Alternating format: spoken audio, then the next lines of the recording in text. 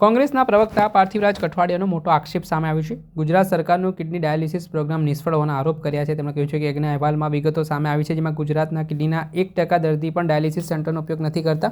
ગુજરાતમાં dialysis programme હેઠળ 265 સેન્ટરો કાર્યરત છે। ડાયાલિસિસ સેન્ટરો દર્દીઓ વિના ચાલે છે। ડાયાલિસિસ સેન્ટરોમાં ડોક્ટરો અને સ્ટાફની અછત છે। ગુજરાતમાં 65 લાખથી વધુ કિડનીના દર્દીઓ છે, જેમાંથી 51,000 ગંભીર કિડનીઓના દર્દીઓ છે। 65 લાખ દર્દીઓમાંથી માત્ર 3,955 દર્દીઓ જ ડાયાલિસિસ સેન્ટરોમાં નોંધાયેલા છે। 265 સેન્ટરોમાંથી 165 સેન્ટરોમાં 12થી ઓછા દર્દીઓ છે। 146 સેન્ટરોમાં 10થી ઓછા દર્દીઓ રજીસ્ટર થયેલા છે। 18 સેન્ટરોમાં એક પણ દર્દીઓ નોંધાયા નથી। તે પ્રકારની વાત પાર્થિવરાજ કઠવાડિયાએ કરતા શું પ્રહાર કર્યા છે સરકાર ઉપર, તે સાંભળી લો। ગુજરાત રાજ્યમાં ગુજરાત ડાયાલિસિસ પ્રોગ્રામ હેઠળ 265 જેટલા સેન્ટરો આવેલા છે। પરિસ્થિતિ એ છે કે IKDRCના એસ્ટિમેટ મુજબ ગુજરાત રાજ્યમાં 65 લાખથી વધુ ક્રોનિક કિડની ડિસીઝના પેશન્ટ હોય અને જેમાં 51,000 જેટલા પેશન્ટ 51,000થી વધુ પેશન્ટ જે એન્ડ સ્ટેજ કિડની ફેલિયરના પેશન્ટ હોય, ત્યારે આ ગુજરાત રાજ્યના GDP પ્રોગ્રામ, જેને A1 ડાયાલિસિસ પ્રોગ્રામ પણ કહેવામાં આવે છે, તેની અસફળતા એ કેગના રિપોર્ટના આંકડા દર્શાવે છે। ગુજરાત રાજ્યના 265માંથી 165 સેન્ટરો એવા છે કે જેમાં 12થી ઓછા પેશન્ટ રજીસ્ટર છે, જ્યારે 18 જેટલા સેન્ટરો તો એવા છે કે જેમાં એક પણ પેશન્ટ રજીસ્ટર નથી। 146 જેટલા સેન્ટરો એવા છે કે જેમાં 10થી ઓછા પેશન્ટો રજીસ્ટર હોય અને એ જ પ્રકારે 112 સેન્ટરો એવા છે કે જેમાં 7થી ઓછા પેશન્ટો રજીસ્ટર્ડ હોય।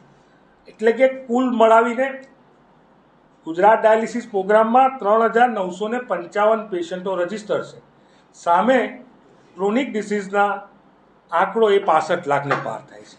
પરિસ્થિતિનું કારણ એ છે કે કેગનો રિપોર્ટ પોતે જ કહે છે કે વર્ષ 2022 અને 23ની વચ્ચે આ 265 ડાયાલિસિસ સેન્ટરમાંથી માત્ર 46 ડાયાલિસિસ સેન્ટર ઉપર નેફ્રોલોજીસ્ટ એટલે કે IKDના કિડનીના ડૉક્ટરો ત્યાં તપાસ માટે, ઇન્સ્પેક્શન માટે ગયા છે।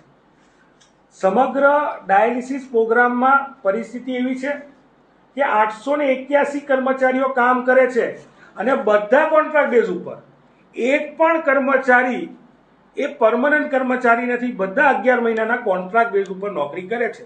ત્યારે આ પ્રકારનો ડાયાલિસિસ પ્રોગ્રામ સંપૂર્ણપણે ગુજરાતમાં અસફળ અને ક્યાંક ને ક્યાંક આપણા ગુજરાતના દર્દીઓ ખાનગી હોસ્પિટલોમાં જવા માટે મજબૂર થયા છે। આ પરિસ્થિતિઓના લીધે જે આંકડાઓ દર્શાવે છે કે આટલી મોટી સંખ્યામાં કિડનીના પેશન્ટ ગુજરાત રાજ્યમાં હોવા છતાં ગુજરાત રાજ્યના 265 પૈકીના મોટા ભાગના ડાયાલિસિસ સેન્ટરો ખાલી પડ્યા છે। ત્યાં પૂરતા ડૉક્ટરો નથી અને પૂરતો સ્ટાફ નથી જે પરમનન્ટ હોય। આ ગુજરાતના આરોગ્ય વિભાગનું ગુલાબી ચિત્ર છે।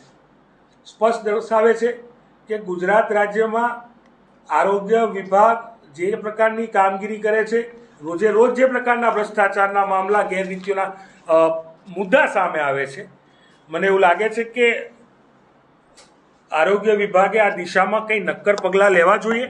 અને થોડાક દિવસો પહેલાં મેં એક પ્રેસમાં મુદ્દો ઉપાડ્યો હતો કે IKDRC હોસ્પિટલ।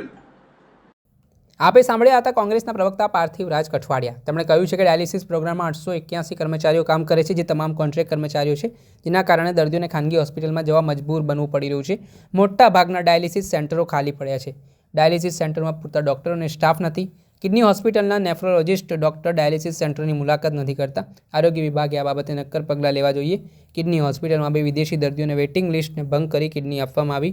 ડૉક્ટરોની બેદરકારીના કારણે ગુજરાતમાં 2 દર્દીઓ કિડનીથી વંચિત રહ્યા હોય, તે પ્રકારના આરોપો પણ પાર્થિવરાજ કઠવાડિયાએ લગાવતા રાજકારણ ગરમાયું છે। દર્શક મિત્રો, એન કવરેજ ન્યૂઝને આપ લાઇક કરી લો, સબસ્ક્રાઇબ કરી લો અને શેર કરવાનું